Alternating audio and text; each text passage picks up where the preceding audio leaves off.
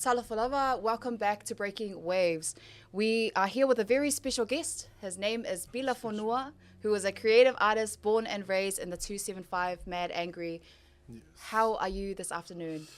I am. It's afternoon already. Yep, Wow. it is. It's nearly Still feels afternoon. like my morning. Nah, I'm good. Feeling good. Blessed to be alive, breathing, can walk, can see, can smell. So yeah, I'm all good. That's mean.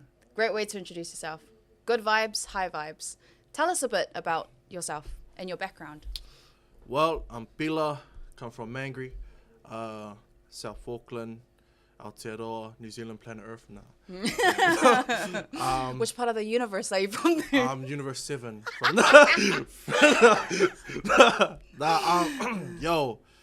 come from Tonga, Tongan Cook Island actually.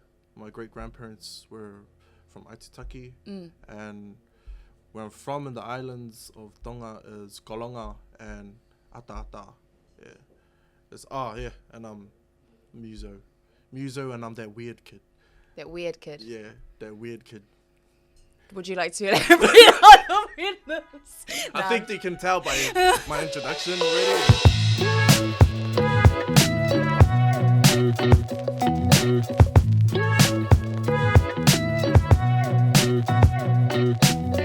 I'm joking. You didn't have to elaborate it. Thank you so much for coming in the show. I honestly love it when I get creatives on here because it gives me time to... creatives in general are just fun people to talk to. Yeah. And I really enjoyed your music. I've had a listen to your 3 latest releases. You know, My favorite has been Young, Brown and Blessed, to be honest. I love the beat of it. It's really cool. And well done for getting tracks out there. It's not easy thing to do. Yeah. Especially putting your vulnerabilities down on paper, let alone sharing it with the world. So yeah. So I have a lot of questions to ask you because you cover a lot of the topics that this show generally covers. Yeah. Pacific experiences, Pacific upbringings, our backgrounds, the trauma that we go through, and also how we fit into society. Yeah. So, as your music covers a lot of these heavy topics, for example, breaking family cycles, trauma, abuse, manipulation, depression, through mental health issues, being a product of those experiences. Yeah. Tell us a bit about your creative process. Like, what pushes you to talk about what some would call taboo? What pushes me? Because you could rap about anything, right? Yeah. It's just growing up in it, really. If it wasn't in my household, if I wasn't experiencing it in my household, then it was in families, relatives, or friends. And it was always like an ongoing thing. It was something that was it was normal. It was as normal as we talk about the state of origin and stuff. Yeah. But it wasn't really spoken about. So I was like, I'm gonna write about this. Because I seen that speaking about things, because in our culture, we like to shove shit under the rug. Yeah. Yeah, we're just like, don't talk about it, then forget about that. Yeah. But no, me, I was always that kid that, but it's because I'm the youngest of my family. Yeah. So it's almost like whatever I had to say didn't matter. Yeah, I was like, That's so true, right? How many siblings do you have, by the way? Oh, I got a lot of siblings. Yeah. Shucks, man. Yeah, I got a lot of siblings. Okay, the only reason why I asked that because I come from a family of 6. Oh, yeah. I'm the youngest too, so I know exactly how you feel. It's like open and they're like, "Shut up! Yeah, you're You like, have I no have the rise solution. in the hierarchy." I have the solution, and they're like, yeah. That's so yeah. true, and I can relate to that. So it's usually shoved under the rug. These kind of issues. Yeah, like taking back to like the trauma manipulation stuff. Yeah. Damn, bro, those are like. Shucks, it's still going on today. Yeah. Yeah. So when you talk about like trauma, you're talking about like alcohol abuse? I'm talking about alcohol abuse, yep. substance abuse, mental trauma. Bro, this goes deep. We can go like deep as into this. Trauma, physical trauma, emotional trauma. Even I've never heard this before, but I think there's a thing called spiritual trauma. Like when they push spiritual religion on their kids? Yeah. Oh, yeah. And then it makes it even worse when 2 sides of the family is totally different. Yeah. religions. And Absolutely. then it's almost like conflicting with each other, and it's like clashing. For sure. Yeah, and it's almost like one's pulling you there, one's pulling you there. Yeah. I never really experienced that in my life. Yeah. Because my mom was pretty chilled back, and she was like, nah, we're going this way, and like she was just really chilled about it. Yeah. But all the other trauma, damn, bro. That Freestyle. Damn, drop the beat. The manipulation. What did you say before these? Manipulation, family abuse, trauma, and addictions. Damn, bro. Yeah. Family abuse. Not really in my own family, but like relatives. Yeah, I've seen that. I've seen what it does to people. I've seen what it can do to a young kid that's like witnessing all of that. It like starts him off on a really rocky road. Yeah, so what pushes you to talk about what some would call as taboo? It's because I've seen some people that I looked at were strong, but they weren't strong enough to talk about it. And I was like, bro, that's probably the one thing that we don't do, but it could be the one thing that saves us, like that helps us change and shit. Yeah. Yeah. So that's what pushed me in. Plus I have nieces and nephews who I don't want that shit to like Happen to them. So I kind of like got to change myself. I always wanted the world to change, but then I realized that I had to change myself. And it's kind of like that Michael Jackson song when he was like, you got to look in the man in the mirror. And I'm like, that's facts, bro. Because like, if you some people try to change the world so bad that it ends up changing them. And I'm like, all you got to do is change yourself. Exactly. Try and like align yourself. That way others will be inspired. They'll look at you and be like, whoa, this has happened. This trauma's happening in a home. But then this guy it's almost like you're on a total different wave. Bluwave. That's the one. Well, yo, that's what pushes me, eh?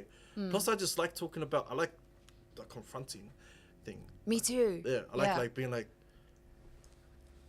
let's talk about it. Yeah.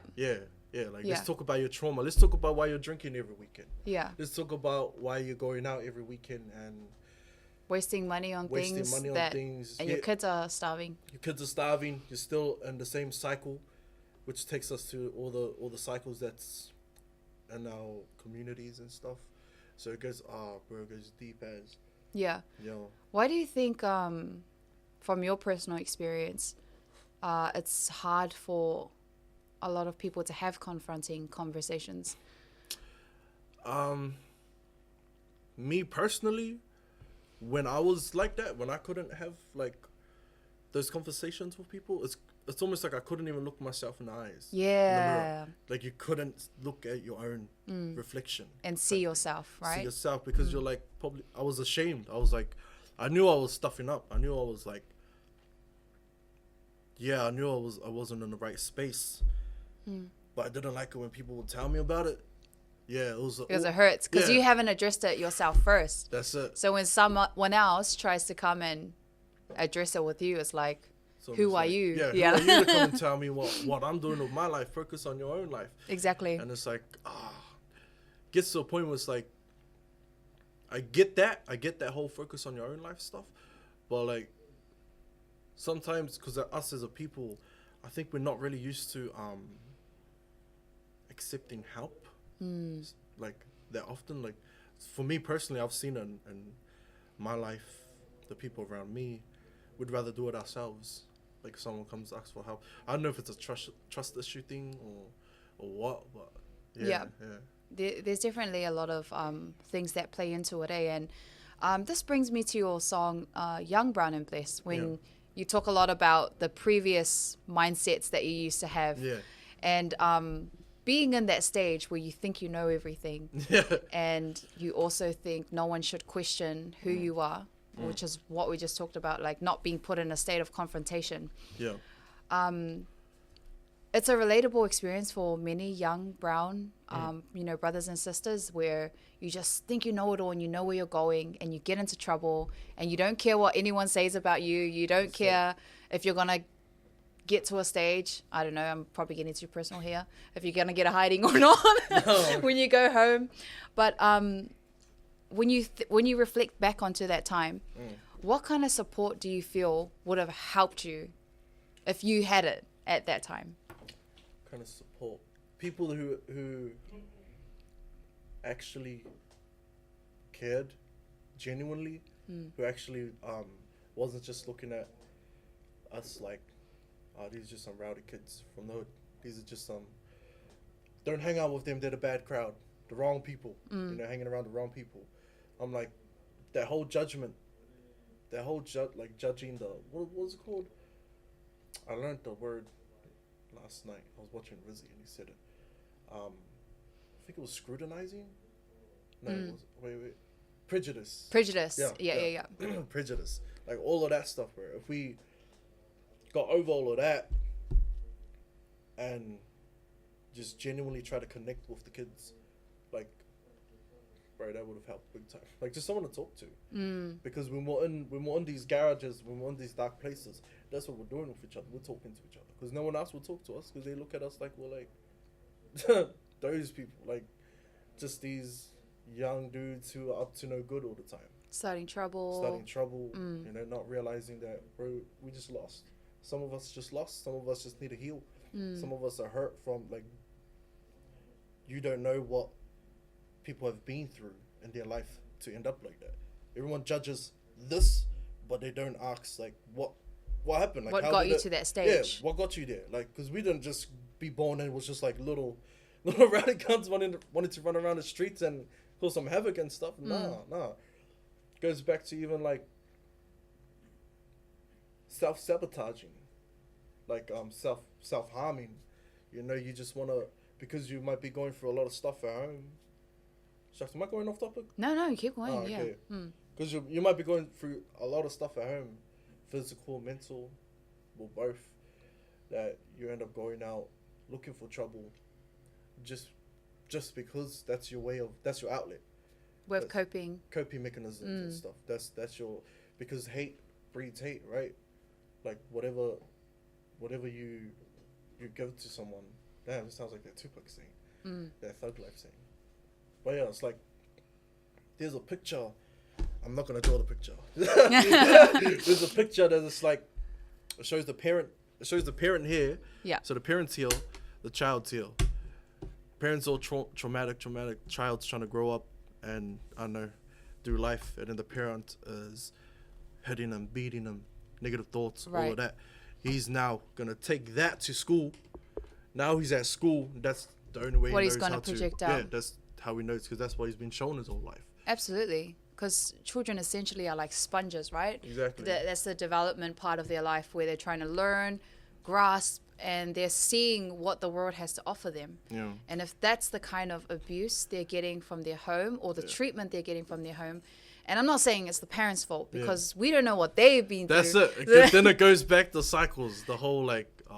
Exactly. And as that cycle repeats, you then find children who go out into the public and express the harshness or the mistrust that they've gained from their own family out into the world, and they get involved in all that stuff. So in saying that, I wanted to go back to what you first said in regards to save yourself before trying to change the world. Yeah. Do you feel like, you know, in Young, Brown and Blessed, you're talking about that mindset? Do you feel that saving yourself first helped you to change who you are as a person? Facts, man. I had to look myself in the mirror for years, like, to get out of that. Like, I would spend time alone, just like, pause now. I would spend time alone, just like evaluating everything, like just going through everything, just confronting myself. Yeah, just confronting myself and being like my own big homie, if that makes sense in a way.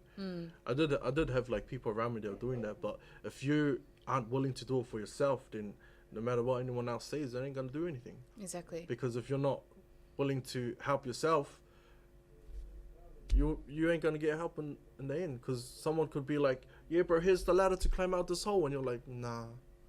Nah, I'm good. It's right. Comfortable here. And then you're like, but I'm in this hole there, and it's dark, and they're like, here's a light. Nah. Yeah. But you know what? If you stay in environments long enough, like you said before, it becomes normal. Yeah. So even people in those dark holes, that dark hole is their state of comfort. Yeah. So it's crazy that when you're saying you're handing down the ladder, but they don't see it. And you can't actually make that awakening happen for other people. You can plant seeds, though. You can. You can plant the seeds. That's what I reckon. Is I'm like, that's what I do with my music. I'm like, because to each their own. You know, I don't want to tell people how to live. You do what you got to do. But all I do is just plant seeds, because I've seen that it works in my life, like from my perspective, and even being around like Rizzy and them, like you're saying, Te Karanga and that, bro, it's like an ongoing thing where we're so afraid to confront ourselves, check ourselves with a lot of things. Probably comes right back to be having like massive egos, you know, and the ego is always, the pride always getting in the way. And I also think alongside having massive ego as a reason, we haven't, or there's a lot of Pacific people who haven't been given a safe opportunity to express. And if we know that, hold up, I'm going to talk about like some trauma. And if we know that most people in our lives, whether that be our closest friends or family, have shut us down when we've shared a vulnerability or something that we're working on, and it gets shut down, we don't want to confront it because we know, it gets a negative reaction. That's it. So, you know, Te Karanga is providing, I guess, a healthy environment for people to do that safely, would you say? Yeah, facts, man. We like do this thing where we run through like highs and lows, and it's almost like no judgment. That's so cool. Yeah, like you just tell us what your version of a high is, what your version of a low is, and then we have like this thing where it's called talanoa, and whoever's got something on their chest that they can't really share at home, because you know we know it's pretty hard to talk with our families and close loved ones about certain things. They might be the ones that caused the trauma in the first place, so off the bat it's hard to talk to them about it. But you need that healing first. Because it's like if two people are drowning, bro, one's got to learn how to swim to pull the other one. So it's kind of like, that's the space, my perspective. Because they have taught me a lot. Communication. Yep. Shucks up. Like, look at how, like, thing I am right now. If this was, like, 2 years ago, I'd be like, no. F and B's and C's, A's, and D's. Nah, that's so buzzy. And it's really, you know, like, I think what we're talking about, there's so much to cover. We're overlapping a lot of things. Yeah. But I always love these conversations because it's pretty raw. And we kind of click when we say something because of those shared experiences. Yeah. And it takes me into your other track, Asinine, which is a new word that I learned. I was like, what does asinine even mean? And it just means something really dumb, or just stupid. So in this song, you kind of like go into some of the stupid stuff people do in our communities.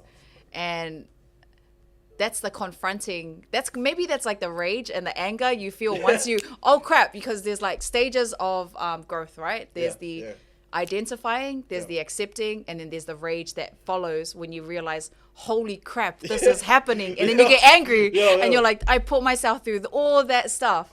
And I felt like the song is like a rage at all of that. Like to me, I'm just the viewer, you know, wannabe critique on your music, but to me it was kind of like saying, look at all the dumb stuff you guys, look how dumb you guys are, like doing all this stupid shit. So tell us a bit about Asinine. Asinine, it's buzzing because I first learned that word, I was watching Dragon Ball Z, and it was Frieza. He was like, these asinine monkeys, and I was like, one of my favorite fights. Asinine. Yeah.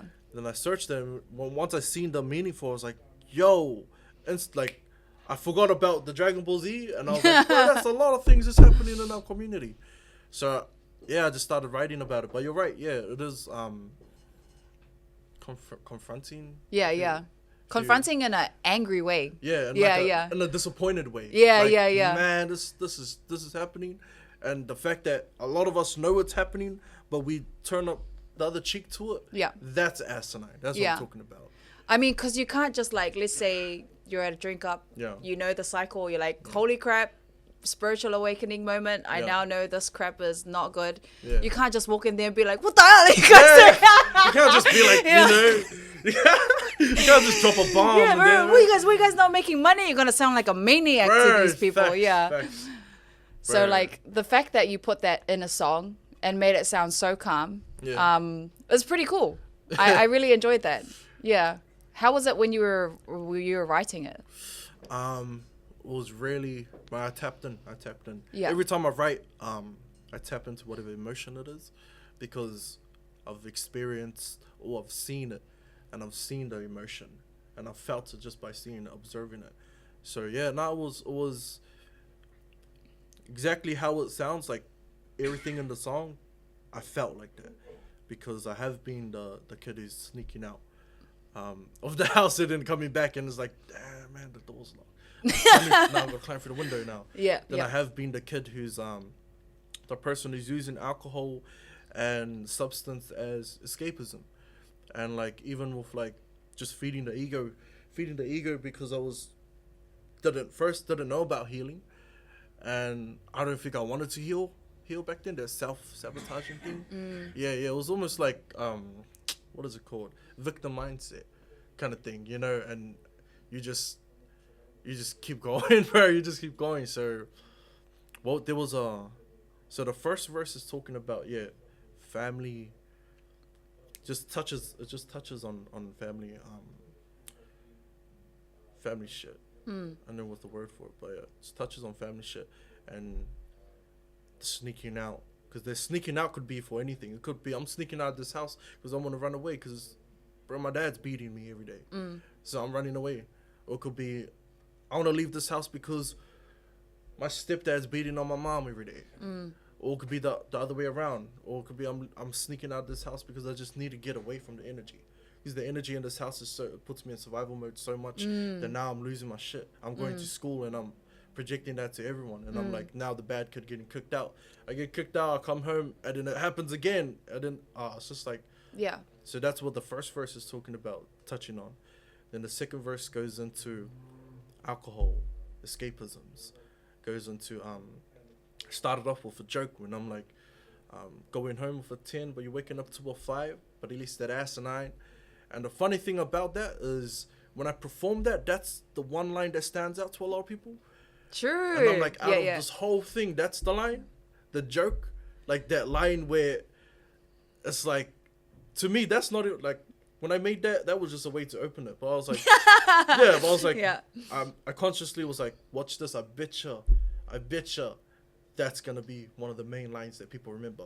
And then right after that, it goes into some hard hitting, like but any holds the goal when you're broken inside, and it's like they're too busy laughing, they don't even hear that. Yeah. And I'm like, that's exactly it. You're too busy sculling back. Damn. That you don't even see that you're actually going through. You're like, nah, yeah, man, I was with this chick last night, and you're like, damn, are you all good? You're like, nah, yeah, I'm good, G. It's like, nah, it looks like you're searching for love, but you're doing it in the wrong way. You're doing it in a way that's destructive, bro. That's not feeding the ego. Again, you're just feeding the ego, not really feeding the soul. So yeah, that's second verse goes into all of that, and it's just because I have been that guy who was using like damn. You're all good. He was using like alcohol and as escapisms, but frick, bro. It's crazy. And my interest in the song is like, I think many of us have moments of awakening when you realize maybe the patterns that are happening in your household aren't healthy. Yeah. But the hard part is navigating that awakening. Because like I said, you can't just walk into your family drink club at like 2 a.m. and just start calling everyone out. You're going to get smacked. You're going to get jumped. Bro. You're going to get jumped. Just for being having the audacity. Exactly. So there's do's and don'ts. And if you don't navigate that space properly or in an effective way, you can end up in a place that's not good for yourself or for other people. So what would your advice be to someone who's like had that awakening, like, and they're finding it difficult to manage all of these like diverse emotions, you know, coming through, like, oh crap, the sadness, the grief that now you know you have to change. And I'm big on like I'm a person big on when accepting you're the problem because the only way you can change something is accepting you're the problem. Yeah. If you cannot accept you're a problem, Yeah. you're just going to outsource the pain to someone else. Yeah. And then what you're going to do with that is, I'm never going to change. Yeah. Because that person is the reason I'm like this. That's it. So I'm big on self-accountability. Oh, but facts. what would how would you advise someone who's going through that moment of awakening? Especially the grief stage. Damn, I'd say like be kind to yourself, Like be kind to yourself, because when I was going through that, I was resentful towards myself, because I'm like, how could I let that happen? How could I be like that? How could I let people's thoughts get to me? Like, how could I listen to that? Like, what people said about me? Like, oh yeah, I would say just be kind to yourself. Yeah, take it easy. Be gentle for kind of like a baby, right? Because it's so fresh, so new. You gotta like be gentle. It's fragile. Like you're on such a new phase. You've been in, because a lot of people. It's like that Matrix movie. You know how they say like, not everyone's ready to be unplugged. Yeah. Yeah, it's like that. It's like that. Like, you can't just go and unplug someone. Right? And then if you've just been unplugged, you're gonna have all these like things happening. So you gotta take it easy. You gotta. It'll mess up your hard drive. Bro, you gotta surround yourself with good people. Yeah. Oh, good people. Just surround yourself with people who you want to be like. People who you actually look up to. People who's doing things that you want to do. People who's in the mindsets that you want. Like, yeah, I would advise them. Damn, bro. I don't really like giving advice. But I would just say keep it real. Stay true. Stay true to the soul. Yeah. And just keep it real to yourself. Be kind to yourself. I think that's good advice. Being kind to yourself. Yeah. Because, man, when you come out the stage of understanding a toxic cycle or some trauma and you identify it, all you've known is to be harsh to others because that was the way you were behaving before. Yeah. And then once that switch happens, that unplugging moment happens, now it's the mirror's on you. And then, like, all the bullets you've been shooting at people turns around. And then the same harshness and hate that you've given to the world now becomes the same, because that's what your brain knows, that pattern. And I'm acting like I'm a psychologist. This is all just what we're experiencing or what I experience. So I think being kind to yourself is a really good, it's something you have to learn, is kindness to yourself. And takes me into another question I wanted to ask you is about like battling with expectations and tall poppy syndromes. And like you've put all of your vulnerabilities and your experiences into art that you're basically putting out into the world for people to enjoy, for people to relate to, but also for people to criticize. And criticism, when people hear that, it's like, nah, I'd rather not write a rap and then everyone talks smack about it and say it's crap or say it's not something that they'd rather listen to. And I think every artist goes through this, or anyone who creates. They have to go through these thoughts that are constantly like, what will people say? Is what I'm creating relatable to the current market, or what's cool or what's popping? These are all thoughts that we kind of like encounter. For you, how have you managed to, how have you managed to block out the negative? All the things that could go wrong?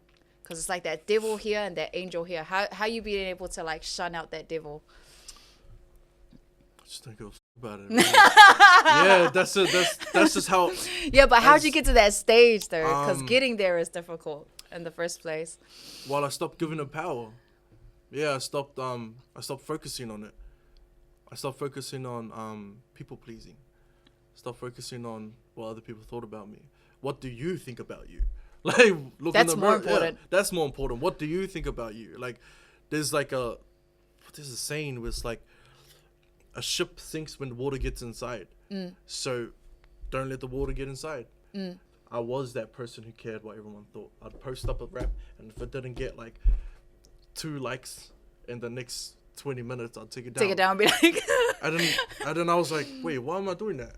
Wait, am I writing this for them or for me? Yes. Am I doing this work for them, or am I doing it for me? And if I'm doing it for them, then I feel like it's going to go down a really, really rocky road.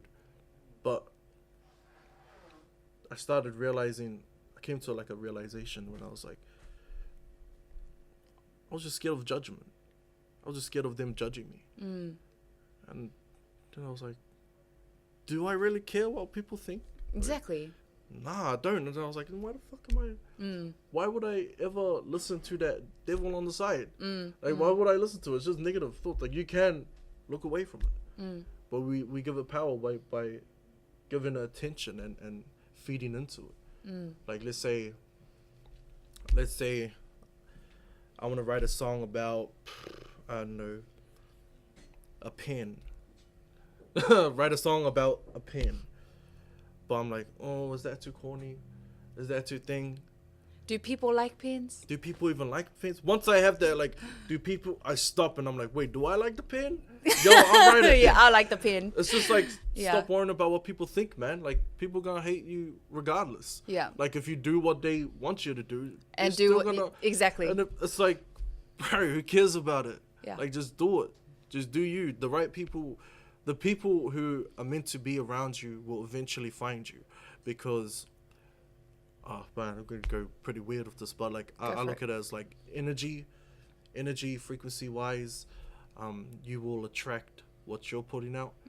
So if you're always focused on that negative, bro, that's what you're going to get. And I have had like a lot of comments, bro, that have got to me, but it was like, just tall poppy. It was the tallest poppies of all of them. The comment section, it was like the tallest poppies.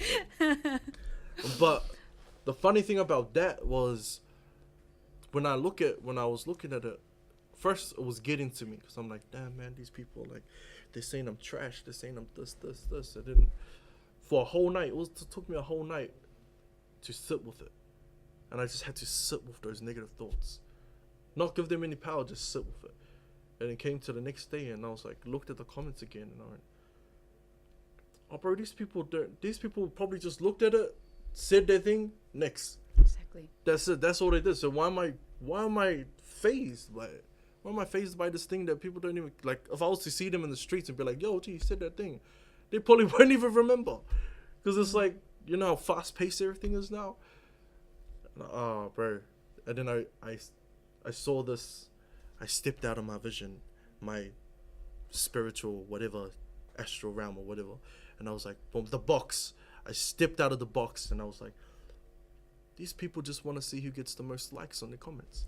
Yes. That's it. They just want the most likes on the comments, because it goes back to that feeding the ego thing. Exactly. Who can say the best joke about this person, which takes me to this woman who I was talking about her this one time on my story. She's a Samoan woman. She does covers of songs, and I was like, when I've listened to the song before I read the comments, I was like, yeah, she's actually like, this is bad. Like, wow, big up Sarah. It's a cover. I'm like, wow, she's translated the whole thing into Samoan. And then I looked at the comments, and it was just tall poppy on tall poppy, and I was like, what? And it was the suck thing about it was our own people. Most of these, probably 90% of these people ain't even happy where they are in life. Absolutely. They probably never chased a dream in their life. Or they probably tried, but then they listened to the people who told them that they sucked. Yeah. And they were like, oh, okay, I'll just carry on. So then when they see this woman trying to do her thing, then they project it too, because hurt people, right? Yes. So then they now passing it on, trying to get to her. But because it's not getting to her and she's still climbing, it makes them even more angry. It makes them more angry, because they're like, how come you're not falling from the shot that hit me and I fell? Yeah, and they're like, you can't be stronger than me. And then they throw it more. But then the buzzing thing about that is 2 weeks later, they'll blast their stuff at the drink ups. So I'm like, so why? Then what was that whole thing in the beginning then? What was that automatic reaction to pull someone down? Like Tom Scott said it, crabs in a bucket. Yeah, crabs in a bucket. You know, he said on the song Home. And I'm like, that's exactly it. Once we see one of our people making it, automatically our reaction is to pull them down. Absolutely. But then we complain and say, how come our people are not on the big screens? How come we're not in Hollywood? Why ain't we over here? Why ain't we here? And it's like, because you won't allow your people to go there. You would say it, why aren't we going and facts over here? And it's like, because we tried to, but you mocked her. And now that she's probably having mental health issues right now, she's probably going to write a whole diss track to you or something. And then like also people who are comfortable with themselves are comfortable to create. And so with people like that, every time it's kind of like a benefit, because when the haters come and hate, it gives them fuel. Like you don't actually know you're fueling these people to do better. So in a sense, if you've overcome that whole tall poppy syndrome and negative comments, you use hate comments as a fuel. And that's pretty solid when you get to that stage, like it's not easy. It's not easy because we're so conditioned to care about what people think. Like especially in our Pacific community. Exactly. It'll be like, I'll take it right back, man. I'm probably gonna get blasted for this, but I'll take it right back to the go put on something because your uncle's here. Like go cover. Don't wear those shorts because this person's here. I'm like, why? And they're like, respect. I'm like, I get that, but to me it feels like the uncle's the problem, not because he shouldn't be thinking like that in the first place. Like respect your elders, and I'm like, no, respect people. Not we don't have to just respect elders. Everyone's got to respect each other, and if whatever this person decides to wear, they're wearing it. Why is it affecting you? Why does it make you uncomfortable? That to me, that tells me that you don't have control over yourself as much as you think you do. Because that's weird. That's super weird to me. Every time I seen that happen in our culture, I understood. Like I was like, yeah, respect. But I'm like, the only reason I could think of is the reason why they will put those kind of rules is because of the elders are being weird, though. Then that takes us back to our first conversation that we had, where it's like, people would rather not have that confrontation. Is it? We'd rather just do what we need to do so we don't have to confront this issue. That this person might potentially be a black. That's it. We can even go into that because that is another topic, another thing that occurs in our Pacific communities, and we don't even talk about it. Like it'll happen right in front of our faces, and then they'll be like, "Don't talk about it." Yeah. And just carry that shit on. And I'm like, now this person, I don't want to be like, I'm not to judge, but I'm like, now this person's just gonna go and do it to more people and create more trauma and create more girls who's insecure, more girls who can't trust men, more girls who can't trust anyone, girls who just end up going to escapisms. Then it leads into that whole cycle again. Exactly. I think someone should do a study on it. It's not going to be me, sorry, I'm not an academic. But someone should really do a study about, because Samoans, I'll speak on Samoans specifically, we're big on talanoa. But at the right time. At the right time. When is it ever the right time to like address those kinds of behaviors in families that may exist? But I don't have the answer. Sorry, I'm not Jesus, and I'm not whoever you feel is the smartest person on this world. But I hope someone does some research into that, like also looking into Pacific and how we operate as people. But we kind of went from tall poppy into but that's all right. That's all good. That's because that's like what makes the tall poppy is all of those things. Is all of those traumas passed down. That's what makes the tall poppy. And that's why it's like you gotta realize that if you have tall poppy, you're operating from a place of hurt. That's where we were. There we go. You're operating from a place of hurt and hate. Yes. And the only thing that can beat hate is love. Exactly. So if you don't want hate in your life, love. That's the answer. I think in our Pacific people, we know that. We know it, but we don't practice it. It's very hard for us to practice it because it's so easy to be the funny guy who's mocking this person. But then when they mock you, then now you're like, you can't handle the channel. Yeah. Go home and cry.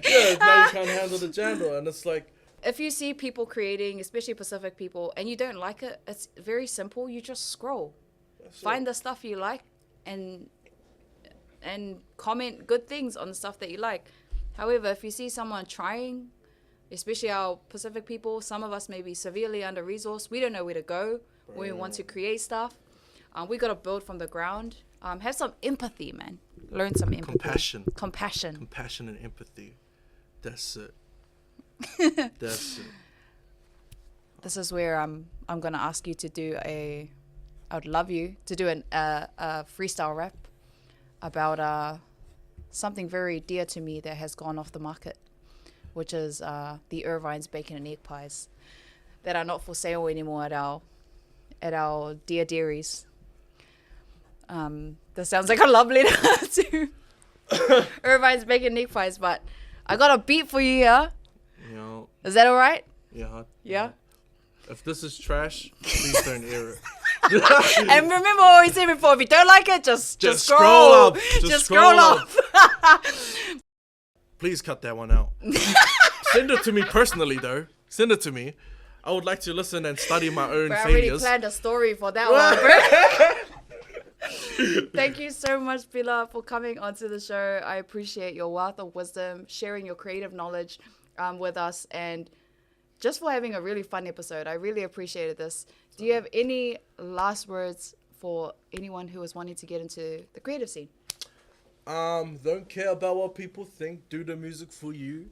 And remember, like a scribe said this. He said, when one makes it, we all make it. When one's doing well, we're all doing well. So, yeah, check your ego. Check your ego. Yo. I like that one. Check your ego. You know the shit I'm talking about, it starts with the P, and that is me, the P-I to the L-A. Yeah, I'm really that great. When I spit off of the mind, yeah, stuff what they say, stuff what they think. I'ma just be me till I D-I-E, and I'm flowing, and I'm really flowing, and I might start singing while I'm going, and I might, let me actually try this shit, this singing shit. Yo, because I'm that MC, and you don't really wanna see me. Motherfuckers always try to step, but they forget that I'm the MC. Oh, that's a mean hook. I'm that MC.